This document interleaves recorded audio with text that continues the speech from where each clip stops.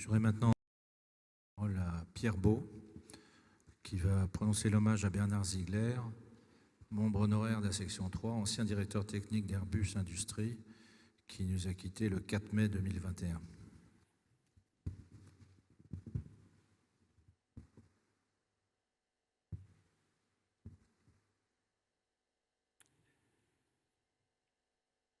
C'est un grand honneur pour moi d'évoquer Bernard Ziegler devant son épouse Jacqueline et sa famille et devant vous, chers collègues. Un grand honneur car mon ami Bernard fut mon patron dans mes belles années essais en vol, patron pour lequel j'éprouve la plus grande admiration. Je ne vais pas vous dresser une biographie exhaustive de tout ce que Bernard a réalisé dans sa vie professionnelle. Je vais me limiter à ce qu'il a fait par son talent et sa volonté pour réaliser son parcours exceptionnel.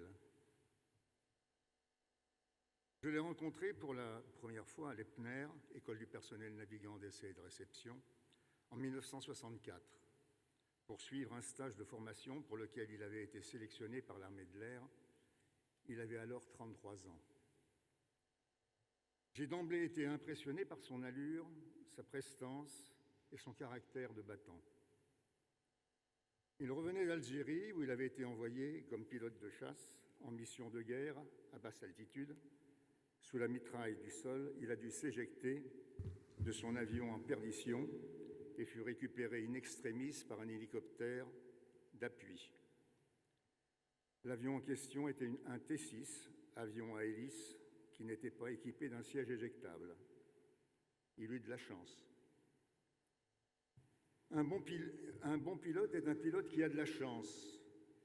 On prête cet aphorisme à M. Marcel Dassault. La carrière de Bernard partait donc sur de bonnes bases. Après l'EPNER, nous nous sommes retrouvés au centre d'essai en vol d'Istres. Ce fut une époque faste où la mise au point de nombreux prototypes militaires était son activité principale. Bernard en prit largement sa part comme pilote d'essai et puis comme chef pilote. En particulier, il fut nommé par la délégation ministérielle pour l'armement pilote de marque du Mirage G8 à géométrie variable, afin de superviser la mise au point de ce prototype. Sa participation aux essais et ses recommandations en tant que superviseur ont été publiquement appréciées par l'équipe des essais en vol de Dassault, par la voix de son directeur de l'époque, Jean-François Cazobiel. À cette époque, nous étions jeunes et nous partagions, Bernard et moi, la même passion du vol sur tout type d'avion ou planeur et la passion de la montagne. La DGAC, Direction générale à l'aviation civile, avait des doutes sur la sécurité des vols en montagne, qui à cette époque était devenue très populaire, et a demandé au centre d'essai en vol d'évaluer ce type d'opération. Bernard et moi, nous nous y collâmes, évaluant du Piper Cup au twinoteur équipé de skis, les opérations sur la plupart des altiports des Alpes et sur glacier.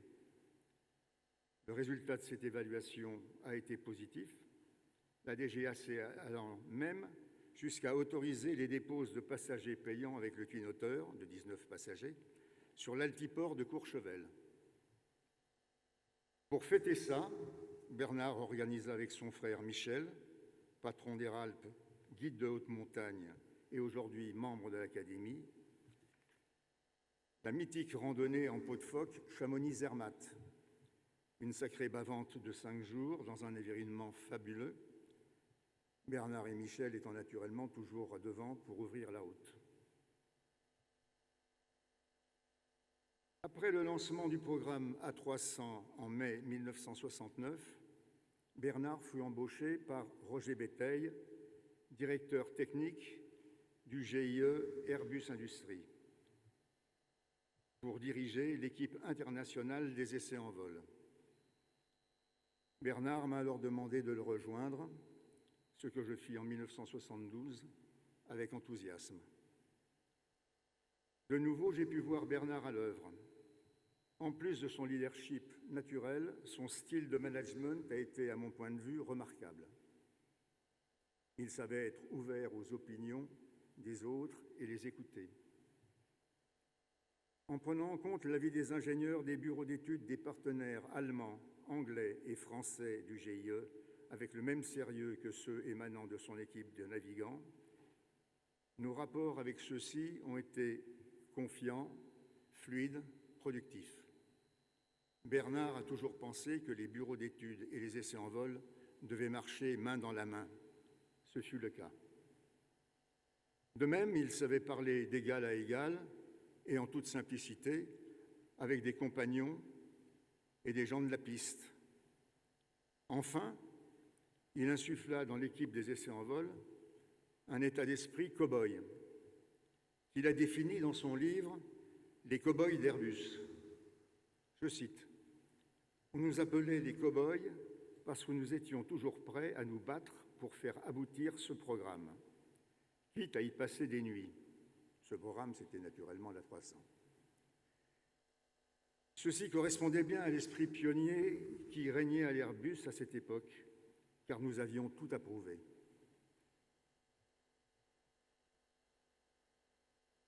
La certification de l'A300B2 fut obtenue aux dates et budgets prévus, ce qui rehaussa la crédibilité de Bernard, qui était déjà grande.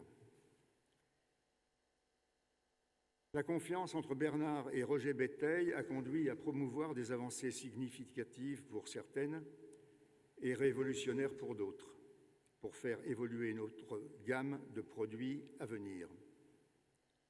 Le premier défi fut la décision de certifier l'A300 en équipage à deux, nécessitant une modification majeure du poste de pilotage et un programme d'essai sur simulateur et avion qui tiennent la route. Les autorités, pressentant des réactions mitigées des compagnies aériennes, nous avaient avertis que l'exercice serait difficile et qu'on ne devait pas offrir le flanc aux critiques qui pouvaient venir de partout. Malgré une forte opposition de certains syndicats, n'est-ce pas, Jean-Jacques Sperrière, l'A300 FFCC, Forward Face Crew Cockpit, fut le premier avion porteur, gros porteur, à être certifié en équipage à deux en février 1982, quelques semaines avant le premier vol de l'A310, conçu lui aussi dès le départ en équipage à deux. Le Boeing 767, concurrent de l'A310, qui avait été lancé avec un équipage à trois, dut faire marche arrière et rétrofiter ses premiers exemplaires construits pour être opéré également en équipage à deux. Il a fallu de la patience et du courage pour faire admettre aux syndicats hostiles que l'équipage à deux n'affectait en rien la sécurité des vols. D'ailleurs, depuis l'introduction réussie de l'Airbus chez Garuda, compagnie nationale indonésienne, tous les nouveaux avions, gros porteurs ou pas, sont opérés aujourd'hui en équipage à deux. Lorsque la décision de lancer le programme moyen courrier monocouloir fut prise pour concurrencer le Boeing 737, qui, avec 10 ans d'avance, commençait de s'imposer sur le marché, il fallait partir d'une feuille blanche et trouver des innovations disruptives et acceptables par les pilotes de ligne. Concorde ayant ouvert la voie, Bernard, alors directeur technique, supporté par Béteille, directeur général, défendit avec vigueur et avec succès l'adoption des commandes de vol électriques sur A320, en introduisant des fonctions innovantes dont la liste est longue, mais pour être bref, les protections du domaine de vol et le manche latéral, le side stick, sont une marque de fabrique que j'appellerais zieglerrienne. Ces fonctions innovantes, testées durant la mise au point de l'A320, ont été adoptées sur tous nos types d'Airbus de la famille Fly-by-Wire, incluant notre dernier né, l'A350. L'A320 numéro 1 fit son premier vol le 27 février 1987.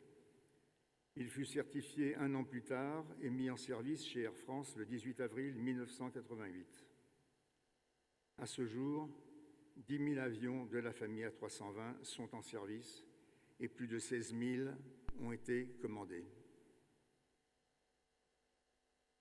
Aviation Week, revue américaine, à audience mondiale, a honoré Airbus en faisant entrer Bernard dans son Hall of Fame, le hall de la renommée, pour marquer l'avancée technologique de l'A320 dans le domaine de la sécurité des vols. De fait, Bernard fut honoré en tant que directeur technique d'Airbus, car c'est le directeur technique qui prend les décisions et qui les impose. Officier de la Légion d'honneur, officier de l'Ordre national du mérite, Bernard, retraité, a été un actif président de la section 3 de l'Académie, qu'il a animée avec son dynamisme, son expérience et son entre-gens. En ce triste mois de novembre, je voudrais maintenant évoquer Jean Pierson, qui fut administrateur gérant du GIE Airbus pendant 13 ans et qui fut notre patron durant toute cette période tellement fructueuse en développement. Avec Bernard, il a permis à Airbus d'avoir une famille quasi complète d'avions, du petit A318 au long courrier A330, 340 et mettant le futur A380 sur les rails. Je cite Jean Pierson car il voulait marquer son appréciation pour l'héritage que Bernard nous a légué. Jean voulait assister à cette séance solennelle de l'Académie. Malheureusement, la vie en a décidé autrement. Il nous a quittés le 3 de ce mois. Nous sommes tous tristes à ne pas l'avoir parmi nous aujourd'hui. Lors du décès de Bernard, Airbus, dans son hommage, a bien résumé le sentiment de ceux qui ont vécu cette période mouvementée et fertile et de ceux de la nouvelle génération qui ont pris le relais. Je cite ce passage qui va à l'essentiel. Airbus ne serait pas ce qu'elle est aujourd'hui sans votre engagement et les contributions si notables que vous et votre entourage de pionniers avez réalisées. Vous nous avez donné, dans tous les sens du terme, notre envol. Je conclurai en disant que Bernard Ziegler et Jean Pierson furent deux immenses personnalités qui ont fait ce qu'Airbus est aujourd'hui, le numéro 1 mondial des constructeurs d'avions commerciaux. Ils nous ont quittés et leur absence est lourde à porter. Merci.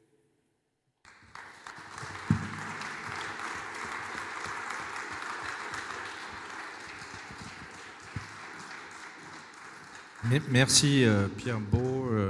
Bien évidemment, nous rendrons hommage à Jean Pierson lors de notre prochaine assemblée.